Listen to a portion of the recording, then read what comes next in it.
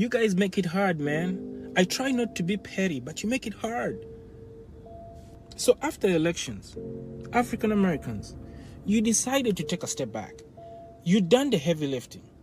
You'd carried the movement on your backs, and you figured it was time to see this one out. Let everybody else organize. Let others finally show up. And honestly, you deserved that rest. But now that you've decided to get back in the ring, your first move is to organize against Africans? Africans? With all the problems that we have, you put Africans at the top? With everything happening, this is where you draw the line? Braiding hair? Of all the urgent fights waiting to be picked, education, housing, Medicaid, tax policy, you chose to go after African braid shops because Essence Fest was sold and the culture vibe changed? That's it? Look, I understand the frustration of feeling erased, but attacking Africans for braiding hair, isn't it? You're not challenging power. You're shadowboxing your cousins. Let me tell you something, as someone who tries to build unity in this big fragmented black tent of ours, you have no idea how hard it is to get black folks to organize around solutions. But it never fails. When it's time to turn on each other, the organizing is swift, coordinated, and precise. It's impressive and devastating. And here's what you're forgetting. The enemy is watching. They're watching us broadcast exactly what triggers us. They're watching us create a public manual on how to divide us. They don't even have to try anymore. They're doing this. We are doing the surveillance and sabotage ourselves. And what are we broadcasting right now? Hair, festivals, braiding salons. Why are you wasting our time? Do you know how small that sounds compared to what's coming? In the next 5 years, due to tax cuts and deregulation, the black community is projected to lose over 200 million in generational wealth. Gone. And we're talking about braiding hair. Medicaid cuts alone will cost 15,000 black lives per year. 15,000 black lives are going to be lost per year. That's not a metaphor. That's your auntie, your uncle, your child. And we're talking about braiding hair. And you want me to join a boycott over who's braiding whose hair? Let me be clear. No African is losing sleep over your braids. Go read the comment section if you need proof. We're not plotting to steal your culture hairstyles. We're building salons to survive. We're hustling in your neighborhoods to make rent and pay school fees back home. You think we're sitting around bitter over hairstyle? Have you met Africans before? Listen to me. Go out to the streets and pick a real fight. Go out there in the streets and pick a real fight. You want a war? Fine. But don't waste your ammunition on your own family. Fight for healthcare. Fight for school lunch programs. Fight for the next redistricting map. Fight for that tenth of black wealth that's quietly being erased from beneath our feet. There are real fights out there.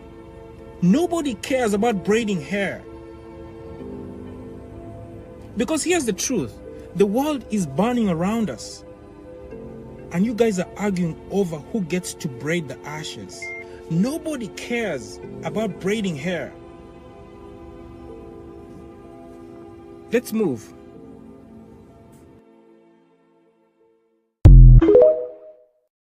Don't overlook the pine tree. Our people used every part, needles, bark, sap, combs, boiled the needles for tea, cleared up coughs and chest colds, used the bark for inflammation and fever. That sticky pine tar, mixed with oil to draw out infection and soothe arthritis. In the old days, we'd collect the sap right from the tree, mix it with herbs, turn it into salve for wounds, sores, even abscesses. It wasn't just medicine. It was survival, passed down, tree to hand, hand to mouth. Catnip tea was how we eased headaches, colic, cramps, and flu, especially when the baby couldn't rest or the woman couldn't sleep. We'd use it for insomnia, fevers, nasal congestion, even bladder inflammation. It's antispasmodic, meaning it helps with muscle pain, cramping, and digestion. And it carries vitamins A, B, and C, along with calcium, iron, magnesium, and potassium. We'd steep the leaves, dried or fresh, and bruise them up good to release the medicine. Drink 2 to 3 cups a day. You could add lemon, honey, or orange if you needed flavor. We didn't need a pharmacy. We knew the land. We were guided. We were rooted. We gave them Jerusalem weed, molasses, and pumpkin seeds, cause worms ran deep in the belly. That's why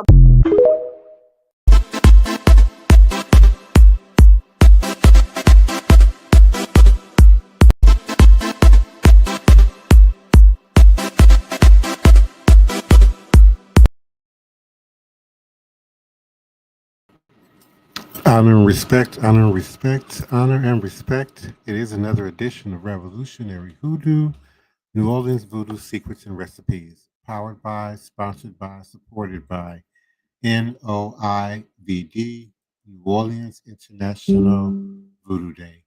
We continue to invite you to join us at www.vodouday.org. Again, that's www.vodouday.org for more information and coming updates about our third annual International New Orleans Voodoo Day. And we certainly invite you to come one, come all, local, as well as those within the diaspora to join us and become a part of this powerful, powerful legacy and event.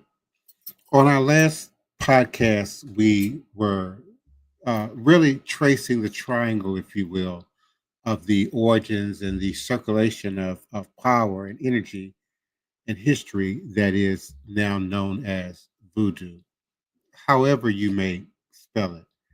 We began in West Africa and we spoke of Don Bala, Don AYIBOBO, the serpent deity, the caduceus symbol, if you will, of intertwined day and night, light and darkness representation in symbolic serpentine symbolism.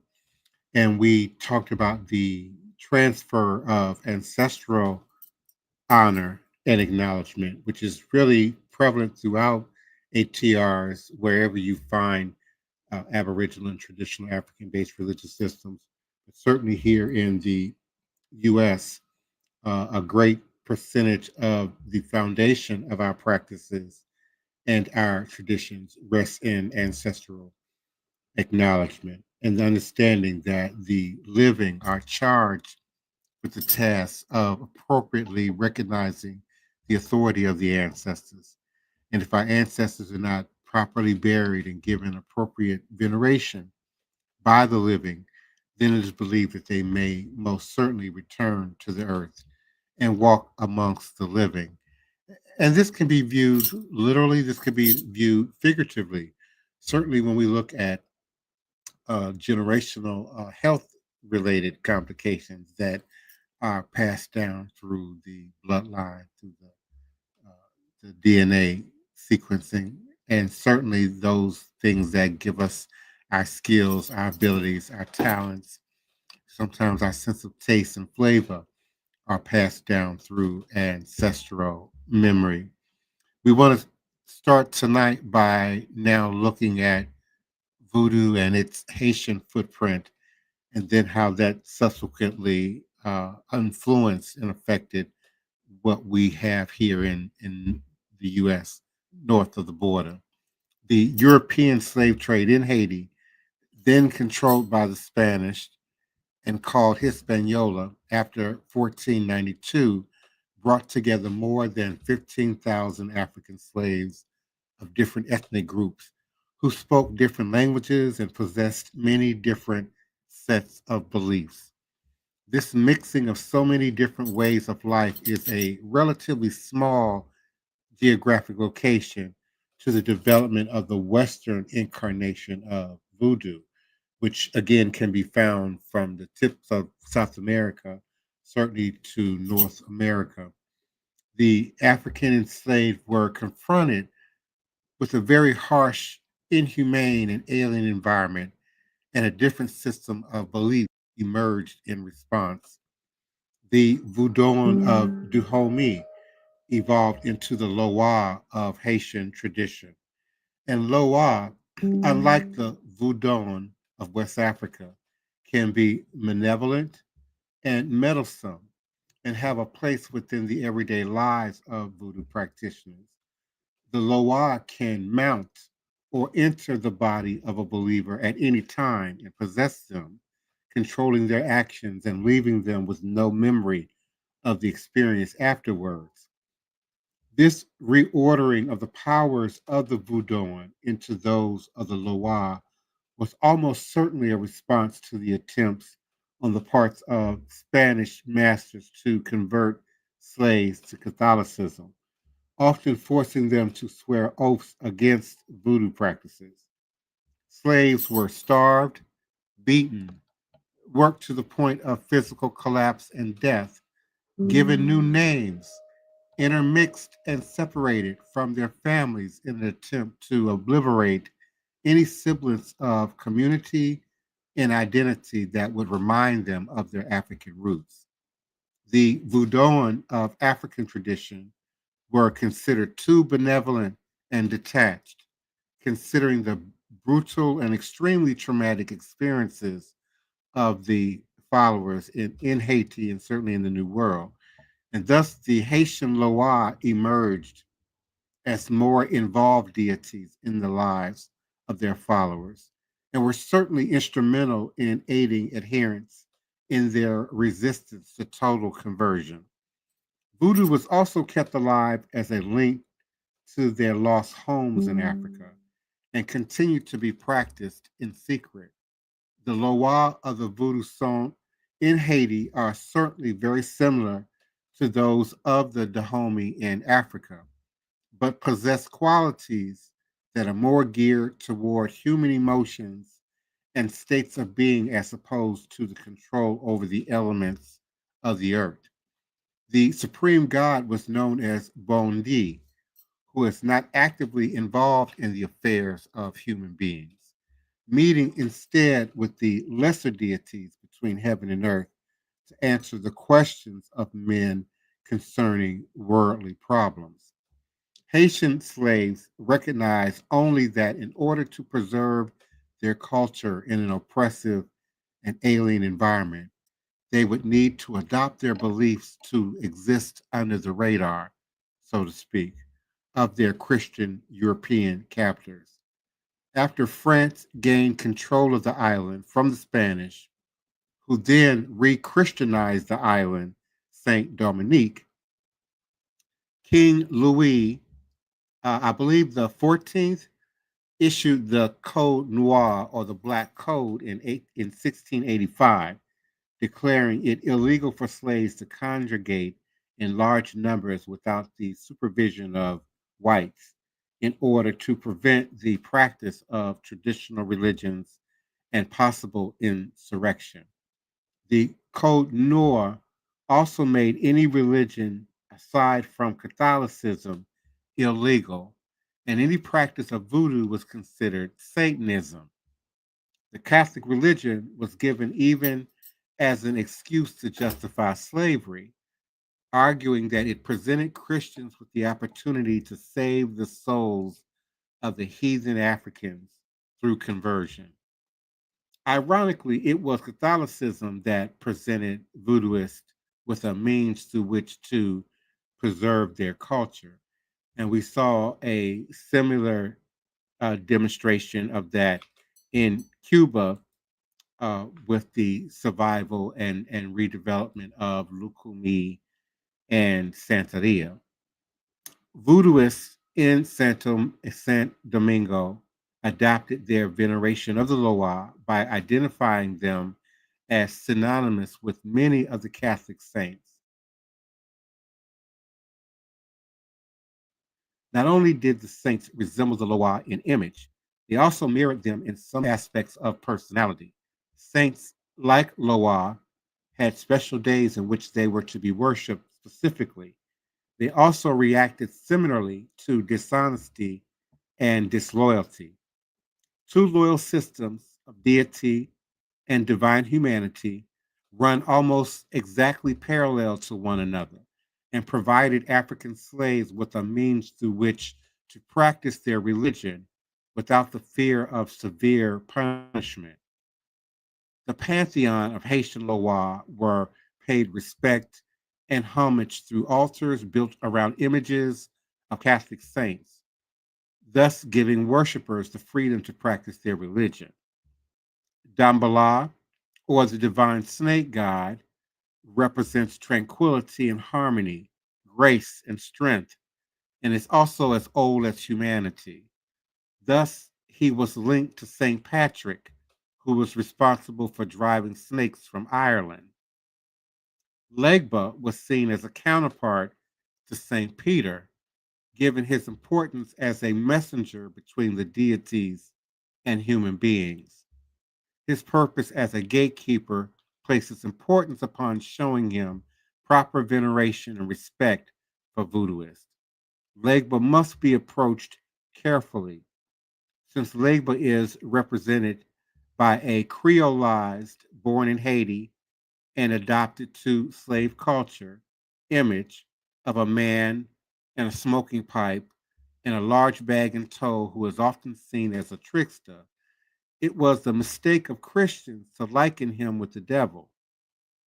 Other representations of the saints and their Loa counterparts include the Virgin Mary, who is identified as Urzuli, the Loa of love, beauty, and sexual identity. She is considered jealous and needy of compliments and is represented as a beautiful young woman. St. James on a white horse was identified as Ogu, the Loa of war, and the punisher of unbelievers who provide people with the secrets of voodoo. St. Ulrich provides an image for Agwe, the Loa of the sea, who provides protection and guidance to fishermen and others who work in water.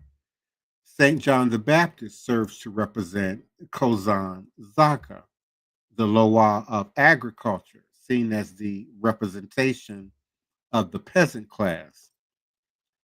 There exists much debate among the scholarly community as to the relationship between saints and Loa in voodoo tradition. Alfred Metro argues that the identification of the Loa as Catholic saints is a mistake, for in most cases there has been no real assimilation or common identity. The equivalence of gods and saints exists insofar as the voodooist has used pictures of saints to represent their own gods. Metro goes on to assert that no one has ever been possessed by a saint. George Simpson argues to the contrary. He states that he had, in fact, witnessed voodooists possessed by St. John, St. Peter, St. Anthony, Archangel St. Michael, and perhaps other saints. Simpson agrees with Metro, however, in that the Loa do not borrow the attributes and characteristics of the saints to whom they are supposed to correspond, and that the saint, stripped of its own personality, takes on that of the Loa. In essence, both of these thinkers support the idea that it is the images of the Catholic saints that aid in the visualization and conceptualization of the Loa on the part of the voodoo practitioners, but disagree as to the relationship between the Loa and the saints. Other similarities between Catholicism and voodoo include a shared belief in an afterlife, belief in the existence of demons or evil spirits and jinn, and of course, the belief in a supreme God. And as with any religion, divisions within voodoo do occur, While ritual practices did remain predominantly similar, differences in the ways the personalities of the Loa were perceived did emerge. And under the tyranny of slavery, the balance of relations between the Rada Loa or the Dahomian Udon no longer sufficed in dealing with the absurdity of the suffering experienced as a slave. Thus, the Petro tradition emerged, one more aggressively and angrily demonstrated, that saw the Loa as more assertive and vengeful than the Loa of Rada tradition. And while Rada voodoo revolves around the concept of balance and harmony, Petro voodoo provided an outlet for anger and contempt. Rada voodoo was represented by coolness, Petro by heat and fire. The Rada tradition was largely of West African Dahomian origin and sought peace, harmony, and reconciliation. This may have also accounted largely for the blending of African and Roman Catholic practice.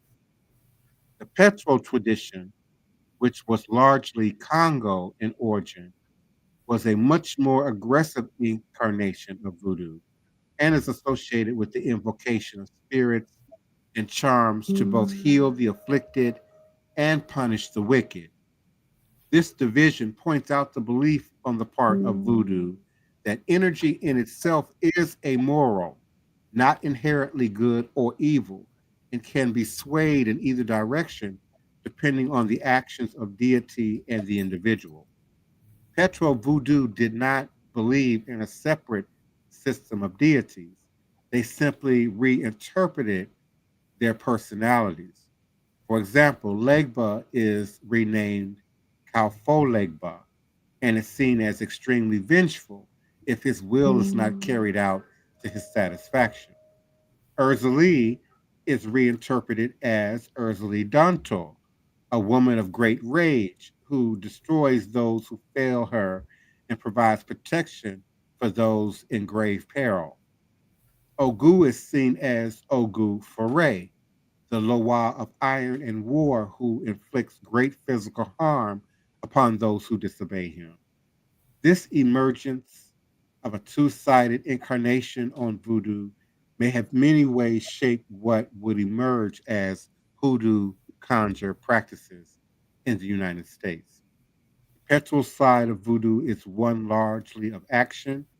It can be said it is the petrol incarnation of voodoo that is recognizable in American hoodoo culture.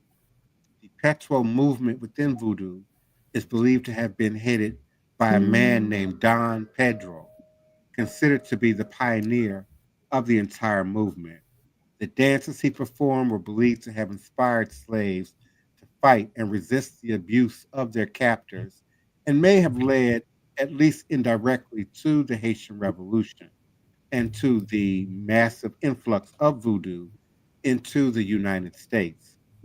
The upheaval in Haiti led to a massive migration of immigrants to the southern United States, in particular Louisiana, and led to an explosion of the Americanized form of the voodoo religion, which came to be known as voodoo with four O's. Certainly, it, I believe, originated as VAUDAU, and then at some point transitioned into the more anglicized voodoo with four O's in the U.S. And as it began to seep up the Mississippi River into the rest of uh, uh, America, it became what we now understand to be hoodoo. So I certainly appreciate my active chat participants. Ray Alexander, thank you for your continued support. My healing journey, greetings and salutations to you and yours. Thank you so much for your participation. And to my beloved co host, First Priest, Wild Man Joshua Nylan Tanner, Elder Reggie, also known here on this platform as Green Soap, and leader of Sacred Temple of the White Cloth. Yeah, Shrine of the White Cloth, just a shrine. Shrine of the White Cloth, and Uh-huh. Sister Toni Martinez, Queen Mother Toni Martinez. So I certainly appreciate you all for joining here on a weeknight at 9 p.m. Central Standard Time. Please do come on in and join the conversation. Mm-hmm. I like to think about how many hundreds of years did it take for voodoo to get to the point where we know it now in America with the saints from Catholicism. Because at one time the slaves weren't even introduced to religion because they thought they didn't have no soul and didn't need it. I like to kind of put myself in a time machine in my mind and go back to think about what that must have looked like in the evolution. Now, whenever you had a Spanish colony, the Spanish to me appeared to be more loose with their slaves and let their slaves have more freedom, if I could use that word, than the French and the English, and especially in religion. So I can see during the Spanish range where the slaves could have came to know about all the saints like Saint Joseph, Saint Mary, Peter, and all the other ones. I know in Cuba, when Castro took over, he stopped the practice of all major religions. Everyone had to cease. The only religions that could be practiced in Cuba during that time was like Santeria and the old religions. He felt that religion was what enslaved the minds of the people. Organized religion, as we call it today. So I just like to go back and really find out. I know when they came here, the Haitians came, they intertwined with the hoodoo. They brought voodoo to hoodoo and Native American practices. And they all was combined. And I was wondering, did the Haitians know about the saints part of it before we did in America Catholicism? Well, I would say they had to know ahead of us their history and the documentation of their history in terms of maroon culture, and similarly to Jamaica and that early 1700 to mid 1700 time period. But we have to keep reiterating that voodoo, VODOU, came to New Orleans by way of the Spanish in the earliest incarnation of enslavement in Louisiana, a full 100 years before the Haitian Revolution, and then the subsequent effect of that escaping from the island, coming here to Louisiana, the creation and the reinforcement of black codes. But prior to that, we had some liberty to gather, even in terms of historic Congo Square on Sundays, to gather and drum and dance and evoke some degree of unified symbolism of our practice. The hoodoo, I believe, is an extension of isolation by way of plantation, by way of region. Wherever you are, you heard what you heard and you knew what you knew. And the language certainly began to go deeper and deeper underground out of fear of reprisals, abuse, mutilation, flogging, if not being set on fire. I got one documentation of a slave master who never whipped his slaves. He set them on fire at the stake. And so we've got to view the importance of hoodoo, which we tend to call folk tradition, folk practice, which did begin to incorporate that witchcraft that we absorbed from the white oppressors, that native exposure, particularly within the maroon camps, and then that got brought back into wider usage within communities.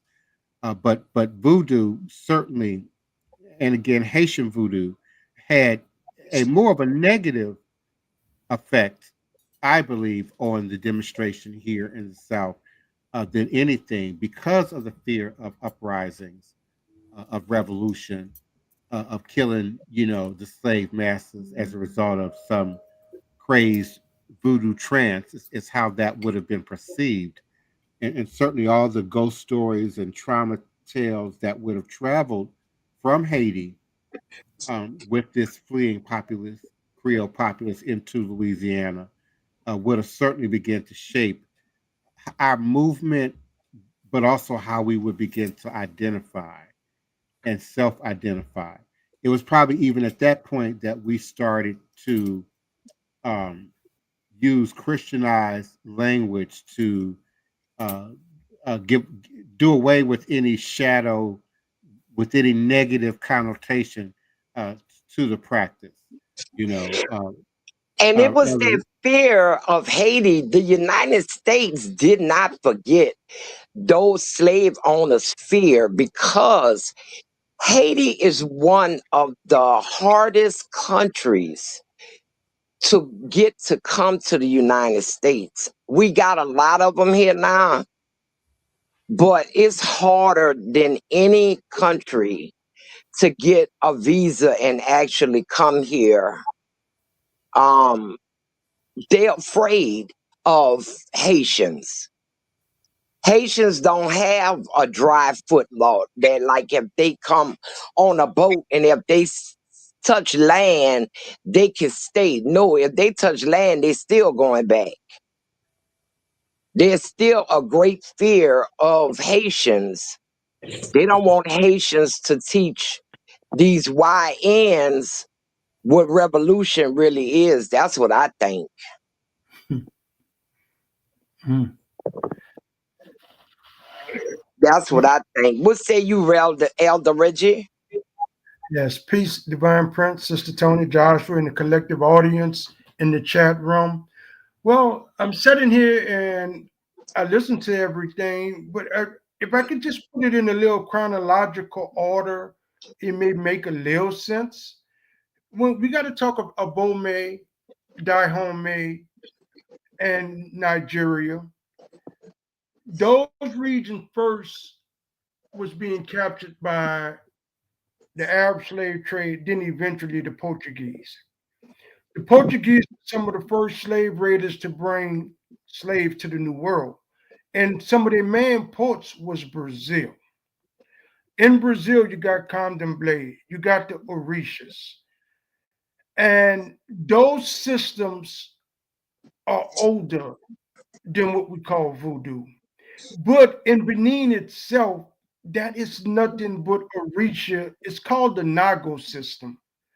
And from the Nago system, it evolved into what we call voodoo, because in Benin, their shrines are honoring all the Orishas. They give them a different name, but basically they are the Orishas. And with that being said, as things develop due to the Portuguese again raiding and pillaging the Congo, and when they brought some of the slaves from the Congo with some of the slaves from West Africa on the island of Saint Domingue, these particular energies began to fight for position within the hearts and minds of the people. This is Portuguese Spaniards, French are all Latinos or Catholicism, however you want to put it. And so the people had to hide their way of life, not a religion, but their way of life, because their way of life would have gotten them killed, gotten them punished, or as Divine Prince said, burned at the stake. What we're looking at is as things moved and rotated up into the 1700s, almost the 1800s when the Haitian Revolution went down. So they had to morph into something new. And with that said, now we look at the derivative, Voodoo, Ifa, and the rest of them. I just wanted to add it that way. We have to look at the role the Portuguese played in this full overall picture. That's all I have to add. Somebody have a lot of background noise. A lot of background noise. I apologize. That was me. That was me. That's Joshua. Good evening, everybody.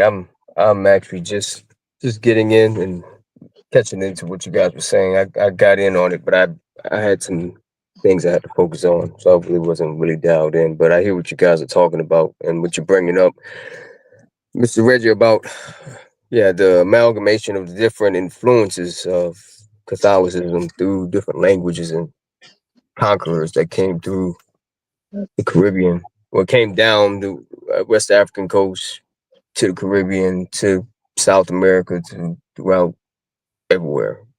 Nova Scotia, that's the British mainly, and it's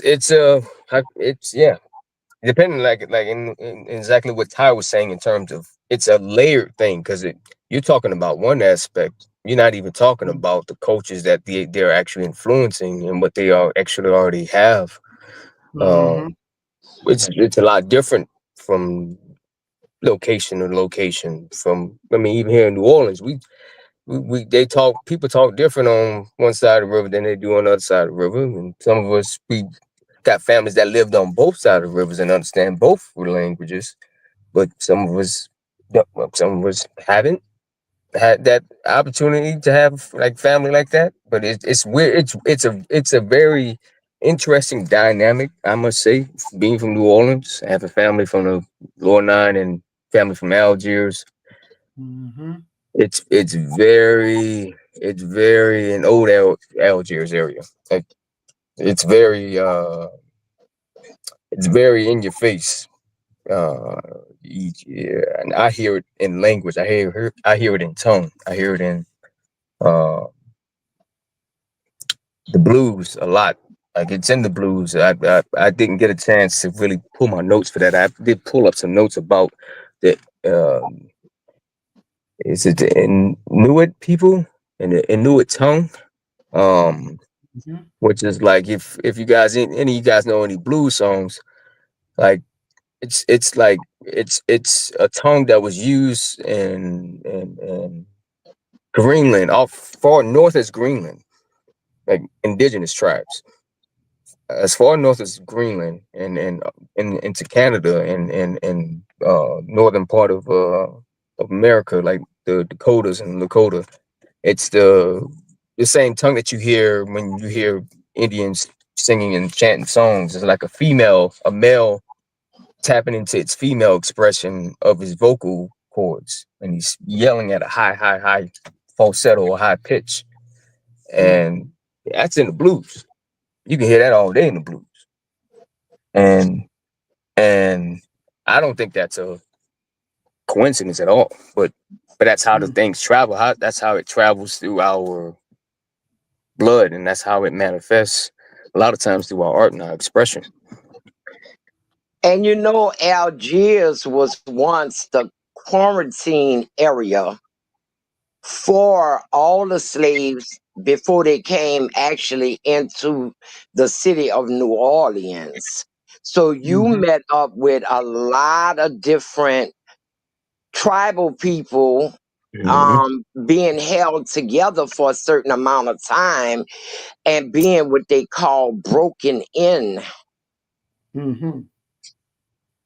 a lot of people, they held them there in quarantine. So I could imagine it was a lot of them learning, English and not knowing each other's language and stuff. But they had to do something to pass the time away while they were over there in quarantine. Mm-hmm. Me, myself, I really don't know much about across the river, except that part of it being where the leper colony was and where they held the slaves in quarantine. As we come to the end of this show, I like to bring in Brother Reggie to close it out and give us some more information on International Voodoo Day. Elder Reggie. Yes, thanks, Sister Toni, and thanks everyone again. Before I read our last little passage, I just want to touch up on a little bit. Divine Prince opened up with a video. I don't want that to just pass over our head tonight. It's very important what the man was saying. There is, come August 1st, there's supposed to be a boycott against all African and Caribbean place of business by diasporan Black people. I don't know if any of you guys going to participate in that. Myself personally, I'm not. And this internal war, divide and conquer, as Divine Prince lovely says, and he's elegant with it, COINTELPRO. We have to still be mindful and conscious of COINTELPRO, who can use any platform, any social media site, any event such as Essence to divide and conquer. Please, thank you for allowing me to say that, and then I'll do the reading. We just got to stay vigilant.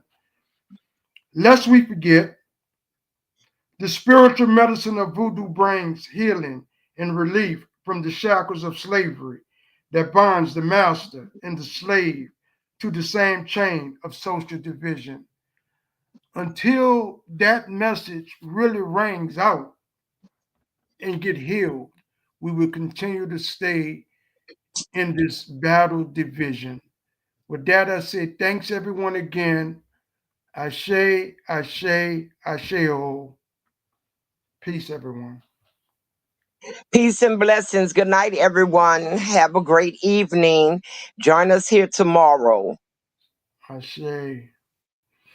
Odabo.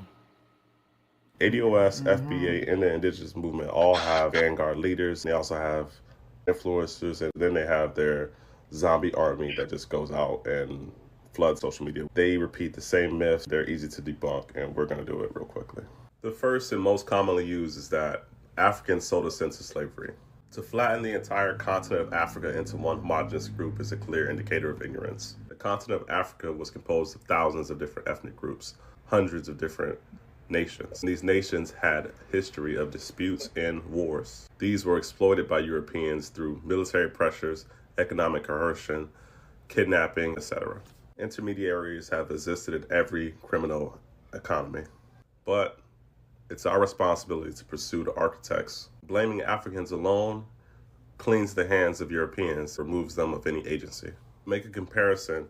It's like focusing on the gang violence in South Central by saying we must blame the Bloods and the Crips without identifying the government's role in the history of spook hunters after the Great Migration. Another myth you'll hear is that Black immigrants take resources that were secured for Black Americans and they give nothing back. This myth is popular because there's a lack of understanding of the immigration process for African nations. There's already filters in place for visas that only allow those who have been formally educated and also those who have a certain level of capital. So you're looking at the top percentage of Africans from their respective nations that are allowed to immigrate into America, which is why they are successful. And as far as Black immigrants never contributing anything to Black America, that's also wrong. We look at Marcus Garvey. He created one of the largest Black organizations in history, the UNIA, and his work was extensive. Another important individual who happens to be an immigrant, Kwame Ture, popularized the phrase Black Power, did tons of work. It was widely accepted, loved, and received by many black leaders. The idea of resource competition, this is a political myth. Most of these benefits are not zero sum based on lineage or based on any biological factors. When resources are finite, research shows that white women are usually the beneficiaries of these contracts, awards, or grants, not black immigrants. Now, for the indigenous movement, your myths are just ridiculous, honestly. Something that's commonly shouted from the mountaintops is that slavery never happened, the Middle Passage did not exist. It's one of the most documented crimes in history. There is insurance paperwork, ship loading documents, ledgers, slave ships that have been preserved. There's history, writings, literature. There is entire databases filled of this information. There was over 36,000 voyages, okay? You think they were just naming ships and creating ports for fun? To create this big lie, this big myth? All of our black historians that have shared their life's work with us were wrong, and that YouTube video you watched was right. Facial features and hair texture, they show that I'm indigenous. That's phrenology, basically. Using nose shapes or facial features or skull sizes to determine identity. This is eugenics talk used in the 19th century by racists, and now you're repeating it. Sometimes they even say that Africa is in America, which is even more confusing. But if that's the case, the oldest fossils would have been found in America, but they were found in Africa. And if you compare the oldest fossils found in America to the oldest fossils found in Africa, there's a gap of about 277,000 years.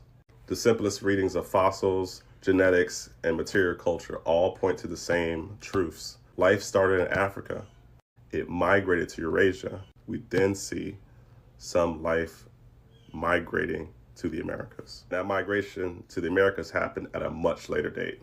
You got to follow where the grift goes. The co-founder of the ADOS movement, Yvette Carroll, she sat on the board for PFIR, a project of FAIR, and FAIR is a anti-immigrant flagship think tank by eugenist John Tanton.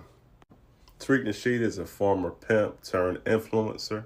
The only thing is he just changed a few things up. He used to be a Pan-African. He got several products that he sells, admission to his annual conferences. He also has a crowdfunding museum that he created that ended up being an art gallery. It's still something for people. He also has a bunch of documentaries and merch. I can't say that he's done much to get anything accomplished for his people outside of spreading xenophobic narratives. And for the Pretendians or Pocahontas movement, that is linked to money too. They usually have tribal clothing, bandanas, dream catchers, and stuff like that. They claim that it's native made, but that shit come from AliExpress. They normally sell genealogy certificates and also tribal cards, fake tribal cards that will get you locked up. And then they have workshops and classes on how to take advantage of land grants, get your tribal land back. It's a lot of money involved and you're gonna get nothing. They usually end up branching off into the sovereign citizen thing.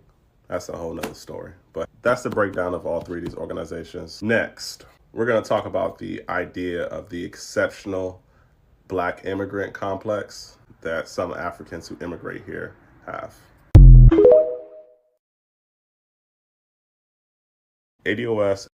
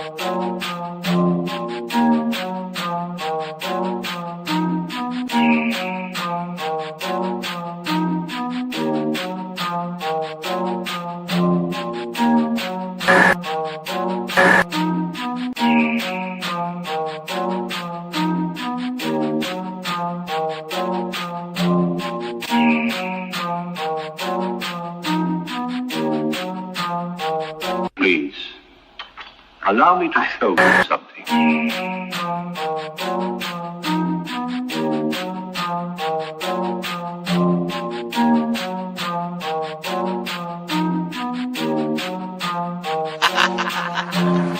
They say I'm crazy and that might be true. I got this white in my DNA, yeah, I'm coming for you. It's time we turn the table, strip these motherfuckers on you. I wanna see you hanging from trees, it's time you pay for your dirt and your showtime. You created the monster, you created the beast.